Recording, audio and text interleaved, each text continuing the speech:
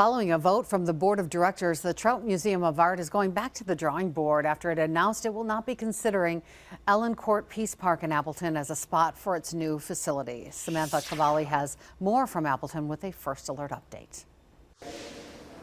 Back in October, Appleton City Council voted to allow the Trout Museum of Art to move forward with its expansion plans at Ellen Kort Peace Park. Now, following community opposition, those expansion plans are back to square one.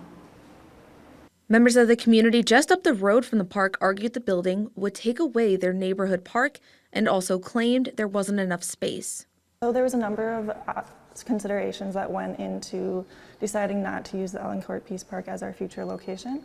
A lot of that had to do with the community, with the results we got back from the environmental report, and just future financial burdens that it would have put on the museum. Mayor Jake Woodford said the environmental analysis was top priority before making any final decisions about the new location. Because once we get beyond that step of the planning process, we're deep into city level analysis that's extremely consuming of staff time and effort on the part of the city.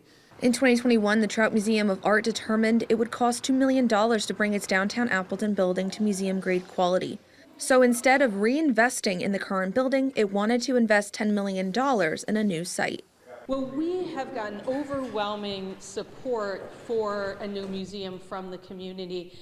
Even people that had voiced concerns about us being in the Ellen Kort Peace Park area sent messages to us. We love the museum. We would like to see the museum in downtown Appleton. We just prefer you to find a location somewhere else. Acker said the museum is looking to stay in downtown Appleton, and as of right now, they have a couple more options of where they want to build the new expansion. Samantha Cavalli, Action 2 News, Appleton.